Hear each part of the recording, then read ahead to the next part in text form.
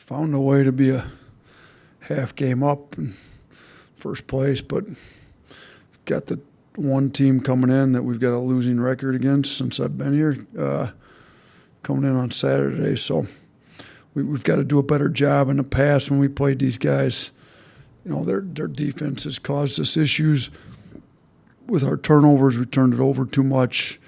This is a team that's number one in the country in offensive rebounding rate.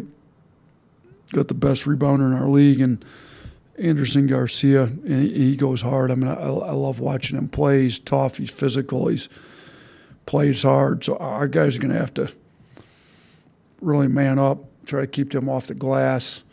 With the way we've been starting with the four guards, maybe harder. We may have to make some adjustments and go bigger if they can't get it done, keeping them off the glass. But, we've been playing well, obviously. The LSU, the offensive side was good. We had a week off, which we haven't had that around here. This is the first time since I've been here that we've had a week between games and conference play. So with a week and you could kind of focus more on yourself for at least half the week. We've been trying to go all defense, really try to get our defense improved. So, this team does it a little differently than some other teams. They've get a lot of their points off offensive rebounds, but they do have the back. I mean, backcourt's one of the best backcourts in the country with Taylor and Radford. I mean, Taylor, when you look at what he does against top 25 teams, I think he's averaging – almost 27 points a game against teams ranked in the top 25. So he's got 3 30-point games against ranked teams this year. He seems like he's stepped up big in big games. Radford's been – big. I mean, but two of those guys together, have really accounted for almost half this team's points. So, it's like those two guys create plays. They do have some guys that can make some threes and aren't bad offensive players themselves, but those two guys get a bulk of the offensive usage, and everybody else just goes to the glass and kills it. And then Radford's a pretty good offensive rebounder himself. So we got to do a great job on the offensive glass. We've got to do a good job on defense, forcing a miss to begin with. And we got to do a great job on the defensive glass. And then on our offensive end, we got to take care of the ball because our turnovers will fuel their transition game, which has been big in some of their wins as well. Yeah, hey, Coach, you mentioned the week off. That's what I was going to ask about. Just how have you seen that maybe benefit the guys? And in today's practice, did you see it kind of come to fruition in that regard? I thought it was one of our better practices. I think we've got some guys more focused on defense, playing harder on defense. We were able to, work on a few different things on defensively. Not all of them directly apply to this game, but, just some of the overall intensity and attention to detail and focus on defense, I think, has been better. So, different guys had better practices throughout the course of the week, but I did tell the team, I think most of the guys on the team, they've had their best practice of the year at some point this week. Now, it wasn't all on Monday or Tuesday or Thursday or Friday. But if we can get everybody to start playing their best basketball as we're headed to the close of the year, that's the goal. Yeah, I wanted to ask if when you were at Buffalo, if you ever had a bye week like this, and if you think it's beneficial with it being new this year. It's a good question. I'd have to go back and look at I don't remember having one like this, to be honest with you. So off the top of my head, I would say no. And to answer the second part of the question, yes, I did think it was beneficial. It's, you kind of get your legs back up under you. We gave them Wednesday off instead of play. Typically, we played Saturday. We gave them the typical Sunday off. If you play Saturday, Wednesday, our typical schedule is off Sunday, practice Monday, Tuesday, play a game Wednesday, practice Thursday, Friday, off Sunday. So we went off Sunday, practice pretty hard Monday, Tuesday, game totally off Wednesday, try to get them rest, and then went a lot lighter on Thursday and Friday to try to make sure their legs are under them for the stretch run. 3 weeks from tomorrow, there'll be an SEC championship or champion crowned, I should say. Like, that regular season's over 3 weeks from tomorrow. So it seems like it's flown by and we're getting close to the end, but we want to make sure that guys are fresh. But it also gives you a week we've been able to focus on some special situation type stuff and just whatever you may be struggling with. When you got a week between games, you can kind of focus on that. Y'all are number 5 in the country right now in free throw shooting. It's almost 80%. I imagine you expect that from guards, but to have a big like Nelson that's shooting 85%, what does that do? Yeah, no, it's great. I mean, when I got here, one of the things everybody asked me about was how are you going to fix the free throw shooting? Well, the best way to fix the free throw shooting is recruit some shooters. We tweak free throws here and there, and we do put them in pressure situations in practice and do different things. But we're shooting the three pretty well. We're shooting free throws pretty well. It helps a lot having a 6'11" guy. I mean, Grant was over 90% about halfway through the year, so he's dropped off a little bit here lately. But to still be at mid-80s for one of your bigs, your starting center essentially is how we're playing him now is huge. And really, outside of two guys on the team, everybody's up pretty high. I mean, Sam's one of our best shooters. I kind of joked on the other day. I'm like, Sam, you're the 7th best free throw shooter we got on the team.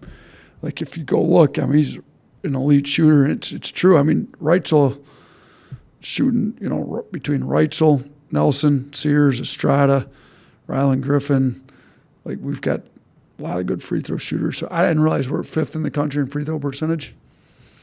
If we could get Diabate to make a few free throws, we get up to number 1. That's the project right now. We gotta get Nick and Mo making their free throws up higher like everybody else.